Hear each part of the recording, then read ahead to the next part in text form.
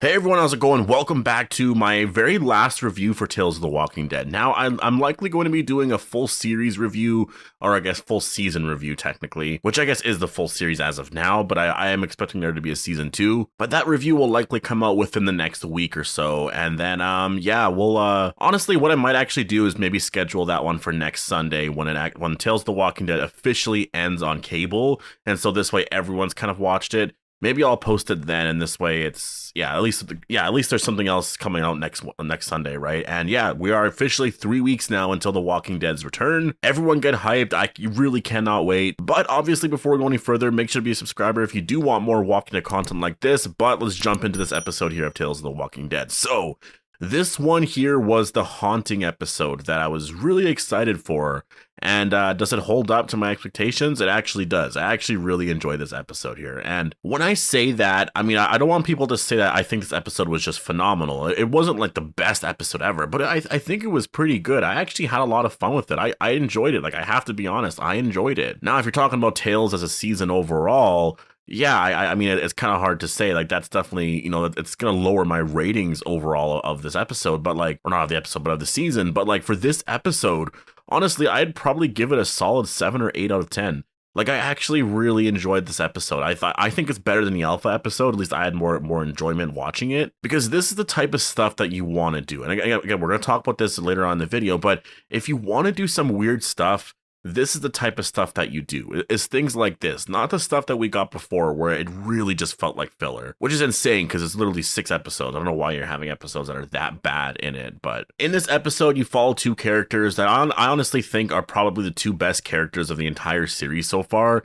I definitely think they're above Alpha for sure. Alpha's a really phenomenal character, and I'm not saying like, and I guess I should clarify that because I know people are going to say, oh, you think these 2 characters are better than Alpha? Because I know there's going to be people saying that. No, what I'm saying is that just in this season so far, like, for what we got this season, I'm ignoring The Walking Dead and what Alpha's done there, because obviously Alpha would definitely be higher than these 2 characters. But for what we got here, I was actually way more interested in their story here, and I think like what we actually got in terms of a performance, I kind of preferred. And I might be the only one, but I kind of preferred it here. These 2 characters find a home, and this woman is living here, and like, apparently they know this woman from someone else, but yeah, they have a dinner. There's this mysterious death, and first of all, I say it's mysterious because I really don't understand how she died. I guess she choked, maybe. Like, did she choke because she got scared, or maybe she was eating, and that's just, yeah, she got scared from that. I don't know what happened, but yeah, that was the weird part of the episode. She just kind of died out of nowhere, but yeah, anyway, she died, and then sort of I guess the premise for the whole episode is our 2 characters, they decide to live here. And whether or not that's a good thing or not, because yeah, should they live here? They do play with some very superstitious stuff here, which I thought was kind of fun because, like my girlfriend's family, they have this weird thing that like whenever they move from house to house, they have to leave their broom in their house or something like that. And I think the reason they do that is because you don't want to bring any bad aura or vibe sort of thing into their new house, right? And so any sort of, I guess, spirits or just things in general that could be negative, you're leaving in this house and you're not taking it to your new house. And I mean, a lot of people have superstitions. I'm sure you guys have a lot of superstitions that I've never even heard of because, everyone comes up with one. Like, I have them with some things. I definitely have them with some things for sure. And so I kind of like that part of the episode because there was this whole bad vibe here. And, I guess them sort of grappling with the idea of, should we stay here for us or should we just kind of like, is it fine that we stay here? They're starting to see a bunch of stuff. And it's not one of those episodes where they're just like contemplating the meaning of staying here. Like, does it mean we're bad people? Like, that they touch on that a little bit. That's not really the point of the episode. I think which is why I like it. I think they actually handled that topic pretty well, but they do start seeing stuff. And honestly, for me, it was totally fine. I don't know why I thought it would be weird. For some reason, I thought it would be so weird. Like, what? They're haunted and like somehow it has to make sense. I mean, like, Rick literally saw Lori in season 3, right after she died. Like, that was weird. And characters have experienced hallucinations and other things before. Like, that stuff as well is very weird. And so that's what I mean. Watching this episode, I was totally cool with everything. Because, I mean, yeah, weird things happen. Weird things that you can't explain happen. Like, I've had things in my life, growing up especially, where it's like these certain things would happen and you can't really explain it. And I don't really believe in ghosts at all. I really don't. But, like, sometimes when I think of things from when I was a kid, like, it makes me wonder sometimes. It does make me wonder. And I think this episode kind of played with that idea, which again, if you want Tales of the Walking Dead to be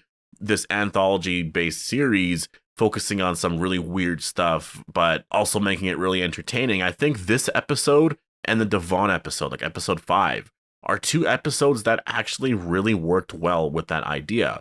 I just think that these 2 episodes should have been the episodes to do that. Like, honestly, in my opinion, I think Tales of the Walking Dead dramatically improves as a series if you take out episodes 2 and 4 and you replace them with even like a beta episode or like a governor episode or something else. Maybe you do like 2 episodes focused on the governor or something like that. Honestly, I think it dramatically improves, because like ignoring episodes 2 and 4, honestly, just take those 2 episodes out, and episode 2 is the one with Atlanta, episode 4 was the one with the nature documentary. Then you're left with episode 1, which was the Terry Crews episode, which I know not a lot of people liked, but I thought it was all right. The comedy was okay. I definitely see people's criticisms there, and there's definitely a lot more frustrations I have. But then you have the Alpha episode, which was good, and then you have episodes 5 and 6, and I think they're all overall pretty great episodes. And then again, you just have to do something else with episodes 2 and 4. I think those 2 stories were just horrible. And not even that, on top of all of this, you have to make more connections to the main show. Like, you have to make way more connections to The Walking Dead. But again, I'm not going to fault episodes 5 and 6 for that, because I actually kind of enjoyed it. Still don't know what episode is supposed to be 35 years later, though. And honestly, like, if you go look up the quote, like, that's literally what she said. She says, and I quote here, well, actually, I'm getting it from a website here, but there's actually a video. Like, if you just go look up the video, like, you can literally see when she says it. But she says, they take place over, tentatively, 35 years into the future. Don't quote me on that. Scott will kill me. So, I mean, we haven't really got that confirmation. I don't know what episode is supposed to be 35 years into the future. This one didn't feel like it. Honestly, if I'm looking back at all 6, I kind of feel like the Devon episode is probably the one, just because of the way people were dressed, how different things were. I can totally see that one just being way, into the future. And honestly, we might get that clarification after the episode airs tonight. So yeah, unless she was wrong about that, which definitely would suck, because like, man, you got a lot of people excited when you said that. But with this episode, I really enjoyed this setting. I thought the setting was absolutely amazing. And I know they have a small budget, and all horror movies do, right? Like, all horror movies have lower budgets.